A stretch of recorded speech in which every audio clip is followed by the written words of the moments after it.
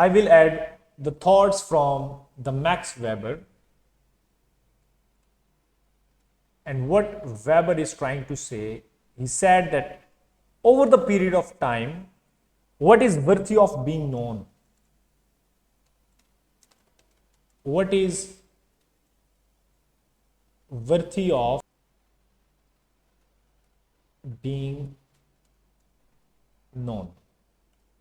It's mean that know what sort of knowledge is important.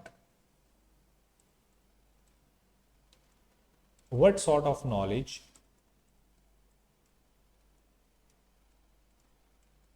is important?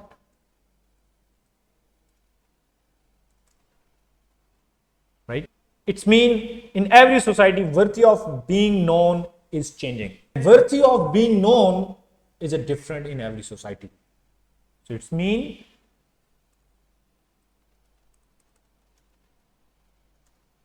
worthy of being known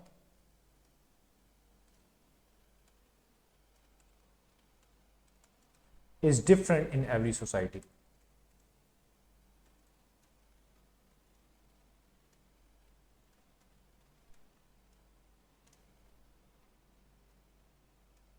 So there are some factors affecting the content of the curriculum. The content of curriculum. Number one, which is power. We all know that in ability to influence other, right? So one factor, this is one of the factors that affects the curriculum.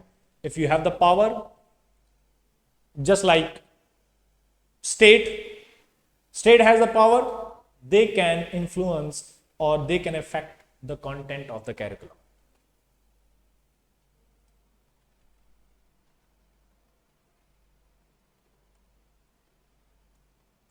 Ability to affect. Number second could be status. Status mean what kind of social groups getting what kind of status and knowledge. What kind of social group is getting what kind of knowledge. So you have to keep in mind the status that what kind of social group is getting what kind of a knowledge. Culture mean that your curriculum should be localized.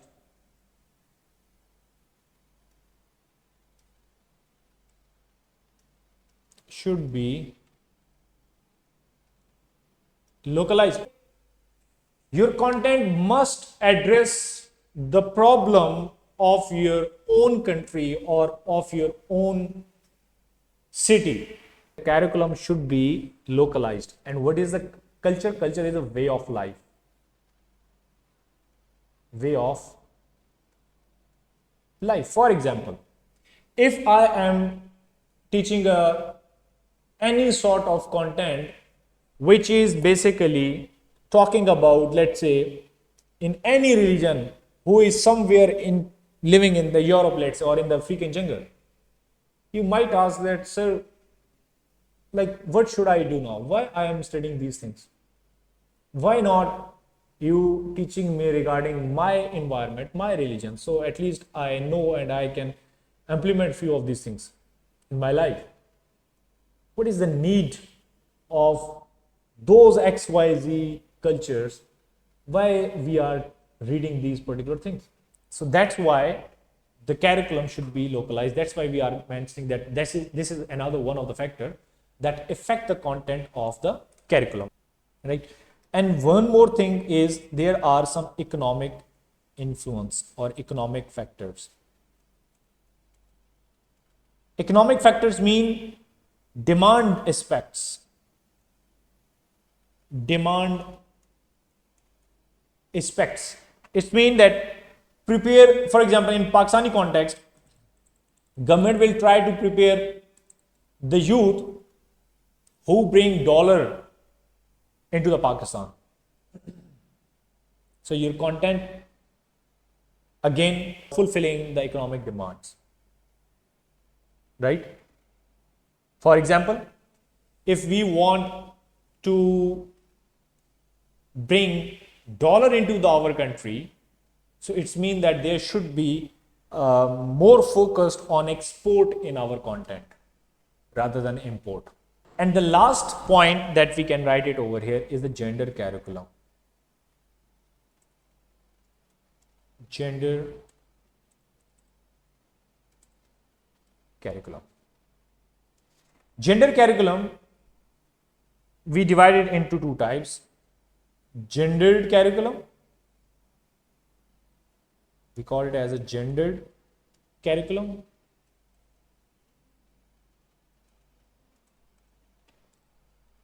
And the next thing is stereotypically existence. Yes, stereotypes. There are some stereotypes. We sometimes mention that there are a few subjects which is for girls and there are a few subjects which is for the boys. And there are stereotypes and we will discuss one by one in our course content. So these are few things affect the content of the curriculum. So postmodernist, I'm just writing the thoughts of the postmodernist. Postmodernist wants to break all kind of schooling.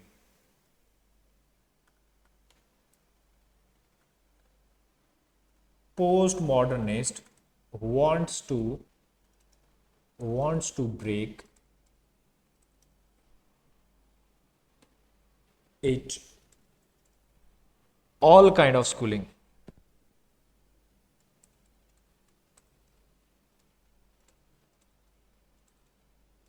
All kind of schooling. What does it mean? Society is a diverse. We all know that there is a lot of diversity in the societies because things are changing and each and everything are changing. So according to them, your curriculum should also be diverse. It's mean that your curriculum shouldn't be beneficial only for the one group. It should be beneficial for overall society.